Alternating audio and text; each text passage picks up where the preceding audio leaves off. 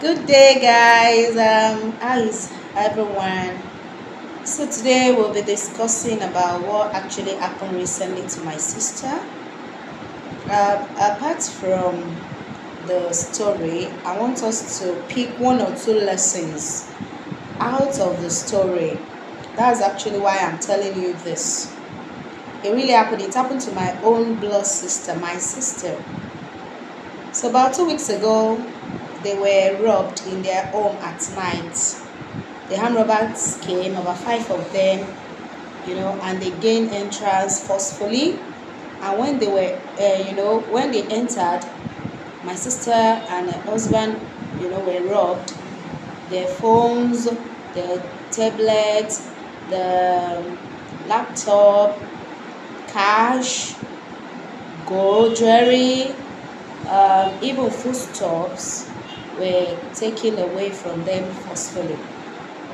To the extent that they were beaten, both the wife and the husband. The husband was brutally beaten and he was wounded. But when they were about leaving, they instructed the husband, though it's actually a norm, they do it here in Lagos very well. It happened, what I'm telling you now happened in Ilorin.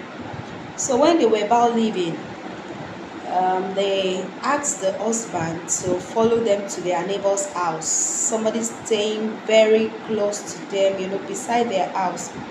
So the husband had to lead them to the neighbor's house. He didn't have any choice than to do that because they were actually harmed. He can't decline. If he did, he may be killed, injured, anything can happen. So he obeyed their instruction and followed them. When they got there, he knocked the door and he spoke. So the neighbor, they were not, aware that there was armed robbery attack, on them, and they opened the door. When they got in, they beat the man as well with the wife. They took his phones and cash, food, his ATM card, was taken from him. And when they were about leaving with all the things they've gotten, they needed a car, and they took his car along with them. In the morning, my sister's husband went to police station and reported the case to the police. This is where I want us to listen very well. He reported the case to the police, and the police were aware of it. So he left there, but at a point it was like, well, we had security personnel in the estate. So what could have happened? They realized that they left their duty with the place not properly locked. They did not even lock it. So went to the police station and reported again, and arrested the men because they are the number one suspect, of course. And unfortunately, I think the second day or the third day, the police came and arrested him. Everybody was like, what could have happened? He was the complainant, so how can a complainant be arrested? So when we got to the police station, we were told that the neighbor, reported the case that he was actually the one of the member of the gang. He was a member of the gang. So it was like, this person is my neighbor. As in, we were not just neighbor, we are very close, They are like friends, like a family friend. So it was like, how could you think of such? Where I'm working, and if you even know this husband is somebody that cannot even, he doesn't even talk. He's a kind of a reserved person. So the neighbor was like, no, he should look for his car, his phones, and all that. Now he asked him, but I am also a victim of what happened. So why are you telling me I should look for your car and your phone when, the police did not want to listen anything. They just, took him away. And it was like a joke like that. Like a joke on us that, okay, just get to the station, write your report. And when he got to the station, another thing happened everywhere and there, and they locked him up. So the neighbor, everybody was trying to talk with the neighbor that this is your friend, and the next thing the neighbor said that, you know, I want him to go to jail. He will go to jail or either produce the car and buy the phone and the so amount that was, withdrawn from his account.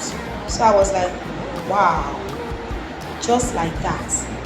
Here in Lagos, it has happened before that one of my neighbors, was robbed, and the person that even knocked the door is another neighbor of ours. In the morning, everybody just laughed. We laughed it up that they were like blaming the neighbor, and everybody was like, what of if you were the one? Would you have waited for them to kill you and all that? And everybody laughed it off. The only report we made in the police station was, okay, these people came and they gained access and all that. And nobody reported that somebody came in, and we all know that that's how they operate. But this man insisted that the husband, as in my sister's husband, must go to jail or give back his car. At a point I was like, oh, this is it's not so serious, and the man actually is a tapper man, and he I think he knows some men in the police force, and they now turned the case like police against us. They were just saying all sorts of things. They wrote another kind of statements, and it was so bad that they now painted him actually like an armed robber. The man, even to the extent that said, hey, he doesn't know what to do. He has built a house at his age, he has a car, and then I know that, oh, this is not actually about the gang member or not. It's actually, the kind of jealousy, envy thing. So when I said witchcraft is not lying in the middle of the night or going into coven, it's actually when somebody is there, you think he's your friend, he's a neighbor, he's your family friend, but in deep down of him, he's your enemy. They are called friend enemies. So it was like, how can he build a car at his age, and he build a house at his age, get a car, live profitably? Then I know that, oh, this is not about the armed robbery attack, but an envy fight. So one thing led to other. He was detained for like close to 2 weeks, and at some point I said, oh, the best thing now is to go to court, let them be arraigned, and my sister was like, I don't want a situation whereby he will go to prison, be remanded. I don't even want him to go near prison and all that. So we had to make our contacts too, get some vital persons and all that, and the case was actually set. And the commissioner of police was trying to tell them that this is not even a case. You police supposed to be looking for the armed robber, track them down, but fortunately you were turning the case against the complainant, and you're making it look like he's a member of the gang. So what really pained me in this case is that you cannot tell you who your friend or your enemy is. You have to be careful. Even the community at large, the neighbor, everybody was like, is it this person? They share the same fence, their children are playmates, and could go to that extent, like, no, I want you to go to jail or you produce my car. So you have to be very, very careful with people around us.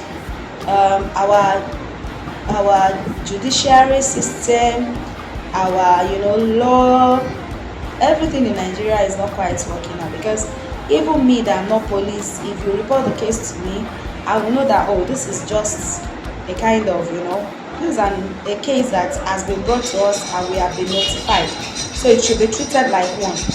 But unfortunately, he treated him like the trash. The police treated him like the trash. He was in the cell. When he came out, looked so sickly. He collapsed, something that I had never experienced, that kind of thing. And why was he kept for that long in the cell.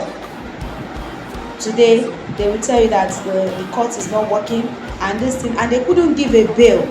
What will cause police to give a bail and say reports so time every morning? So they treated him like a criminal, and it was just like that. And after he was released, just like that, everything just died down. It really pained me, but the moral of this story is that we should be very careful with whoever we call our friend or our neighbor. Anybody can envy you, they can be jealous of you. God bless us. Take care of yourself. May you not be a victim of armed robbery and any kind of thing that will cause trouble for you. Amen. Bye guys.